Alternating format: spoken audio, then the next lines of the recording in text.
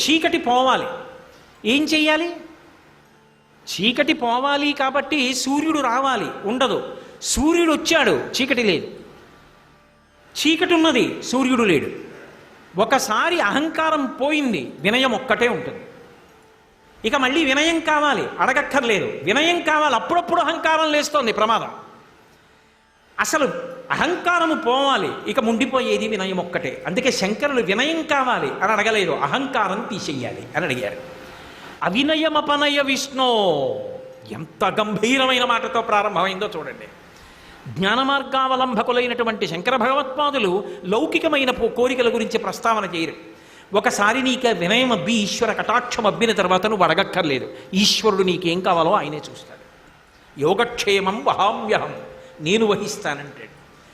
అది అందుకోవడానికి తయారు కావలసిన వస్తువుగా మనకి ఏం నేర్పాలో, మనం అసలు ఈశ్వరుణ్ణి ఏం అడగాలో చెప్తున్నారు శంకర భగవత్పాదులు. అందుకే అవినయమపనయ విష్ణో, ఓ ఈశ్వరా, నాకు ఇవ్వవలసింది ఏమిటో తెలుసా? అవినయాన్ని, అహంకారాన్ని తీసేయి. నాకు ఇది ఇయ్యి అని మొదలు పెట్టలేదు. సాధారణంగా ఏమని మొదలు పెడతామంటే ఇవ్వండి అని మొదలు పెడతాం. శంకరాచార్యుల వారు ఇవ్వండికి ముందు ఇది తీసేయండితో మొదలుపెట్టారు. ఏ ఒక్కటి తీసేస్తే అన్ని కళ్యాణ గుణములు లోపలికి వస్తాయో, ఈశ్వరానుగ్రహం ప్రసరిస్తుందో, భగవంతుని యొక్క అనుగ్రహానికి పాత్రులమవుతామో, అటువంటి అవగుణాన్ని తీసేసి సుగుణాన్ని రావడానికి ఇక కొత్తగా ఏమీ కటాక్షం అక్కర్లేదు. ఇది పోవడం, అది రావడం, అంతే. అందుకే అవినయమపనయ విష్ణో దమయ మనః శమయ విషయ మృగతృష్ణాం అంటారు. విష్ణు అని ఈశ్వరుణ్ణి పిలిచి అవినయమపనయ, నాకు ఉన్నటువంటి అవినయాన్ని తీసేసేయి అన్నారు. అవినయము తీసేస్తే ఉండేది ఇక వినయమే. అయితే ఆ అవినయాన్ని తీసేయడము అన్నప్పుడు భగవంతుడు అది ఏదైనా ఒక వస్తువుని తీసేసినట్టుగా మనసులోంచి అవినయాన్ని తీసేస్తాడా, వినయాన్ని ఇస్తాడా? అది ఎలా సంభవం అవుతుంది అసలు? ఒకవేళ అలా అవినయం లేకుండా బ్రతికిన వాళ్ళు ఉన్నారు అని మనం కొన్ని ఉదాహరణలు చెప్పుకున్నప్పుడు అది వాళ్ళకి ఎలా సంభవం అవుతూ ఉంటుంది? అలా వినయంగా బ్రతకడం అన్నది ప్రయత్నపూర్వకంగా ప్రతి సందర్భంలోనూ నేను వినయంగా ఉండాలి, నేను వినయంగా ఉండాలి, నేను వినయంగా ఉండాలి అని జ్ఞాపకం తెచ్చుకుని వినయంగా ఉంటుంటామా?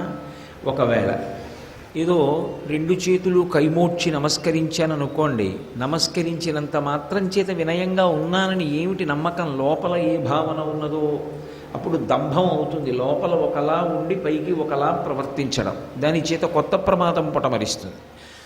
మరి వినయం ఏర్పడుట, అవినయము తొలగుట అన్న మాట ఎలా అనుసంధానం అవుతుంది జీవితంలో అంటే, వినయము కలుగుటకు కారణము ఏది అంటే వశవర్తి అయి జీవించుట. తన మూలాన్ని అన్ని వేళలా శోధన చేస్తూ ఉంటాడు. 84 లక్షల జీవరాశులు ఉన్నాయి కదా లోకంలో. వేటికి స్వరపేటిక లేదు. అవి రామ అనలేవు, అవి విష్ణు సహస్రం చెప్పలేవు, అవి షట్పదీ స్తోత్రాన్ని చదవలేవు, షట్పదీ స్తోత్రాన్ని వినలేవు, షట్పదీ స్తోత్రాన్ని అర్థం చేసుకోలేవు, ఆచరణాత్మకంగా ప్రవర్తించలేవు. మరి అటువంటిది మనుష్య ఉపాధి పొందాను అంటే అవి పంచభూతాలతోటే తయారయ్యాయి, ఇది పంచభూతాలతోటే తయారైంది. ఈ శరీరాన్ని నేను పొందాను అంటే ఈ శరీరాన్ని నాకు ఇచ్చిన వాడు ఎవరు అసలు? వాడొకడు ఉన్నాడు కదా, నాకు ఈ స్వరపేటిక పెట్టాడు, కంఠంలో పెట్టాడు కాబట్టి నేను భగవన్నామం చెప్పగలుగుతున్నాను. భగవన్నామం చెప్పగలుగుతున్నాను కాబట్టి నా పాపరాశిని ధ్వంసం చేసుకోగలుగుతున్నాను. షట్పదీ శంకర భగవత్పాదులు ఇస్తే ఆ ప్రార్థన చెయ్యగలుగుతున్నాను. ఆయన నాకు 2 కళ్ళు ఇచ్చాడు కాబట్టి జగత్తులో ఉన్నటువంటి సౌందర్యాన్నంతటినీ చూడగలుగుతున్నాను. ఆయన చెవులు ఇచ్చాడు కాబట్టి వినగలుగుతున్నాను. ఆయన ఇవి ఇచ్చి ఉండకపోతే, ఆయన చెప్పగలిగిన సామర్థ్యంతో పాటు నాకు విశేషమైనటువంటి నత్తి కూడా ఉంచాడు అనుకోండి, అప్పుడు నేను ఏం ప్రసంగం చేస్తాను? కాబట్టి ఆయన ఏది ఉండకూడదో అది ఉంచలేదు, ఏది ఉండాలో అది ఉంచాడు.